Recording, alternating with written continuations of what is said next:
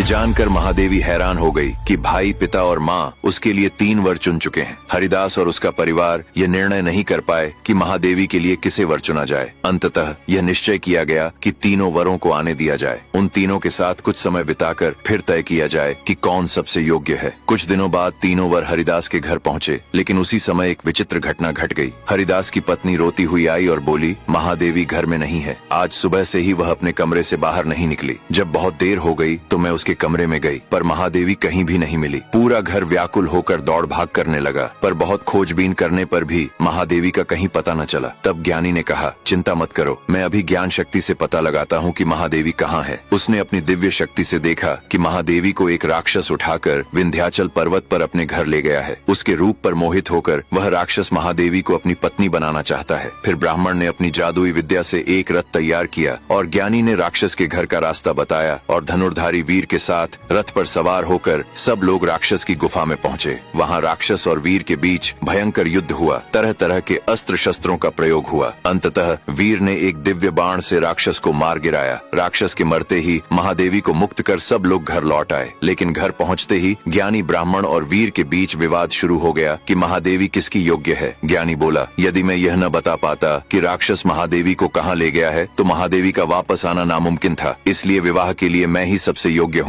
तब ब्राह्मण बोला, यदि मैं अपनी विद्या से आकाश गंगा में रथ न बनाता तो आप लोग क्षण भर में राक्षस के घर कैसे पहुँच पाते, इसलिए महादेवी से मेरा विवाह होना चाहिए। फिर वीर ने कहा, यदि मैंने अपनी शक्ति से उस राक्षस को न मारा होता तो आपके प्रयासों के बाद भी महादेवी कभी जीवित लौटकर घर नहीं आती, इसलिए महादेवी से विवाह का अधिकारी मैं हूँ। इतनी कहानी सुनाकर बेताल विक्रम से कहता है, बुद्धिमान विक्रम, तुम बताओ महादेवी किसे मिलनी चाहिए। यदि जानते हुए भी तुम सही उत्तर नहीं दोगे तो विश्वास करो तुम्हारे सिर के 100 टुकड़े हो जाएंगे। विक्रम ने कहा, महादेवी वीर को मिलनी चाहिए, क्योंकि वीर ने ही अपने बाहुबल से राक्षस को मार गिराया। ज्ञानी और ब्राह्मण तो केवल ईश्वर द्वारा वीर का कार्य संपन्न कराने के लिए साधन मात्र बने थे, इसलिए महादेवी वीर को ही मिलनी चाहिए। तब बेताल हंसते हुए बोला, विक्रम, तुमने सही उत्तर दिया, लेकिन विक्रम, तुमने बोला और मैं चला। इतना कहकर बेताल फिर से उड़कर श्मशान में चला जाता है। तो दोस्तों, चलिए देखते हैं अगले भाग में विक्रम और बेताल के बीच क्या घटित होता है। देखते रहिए विक्रम और बेताल।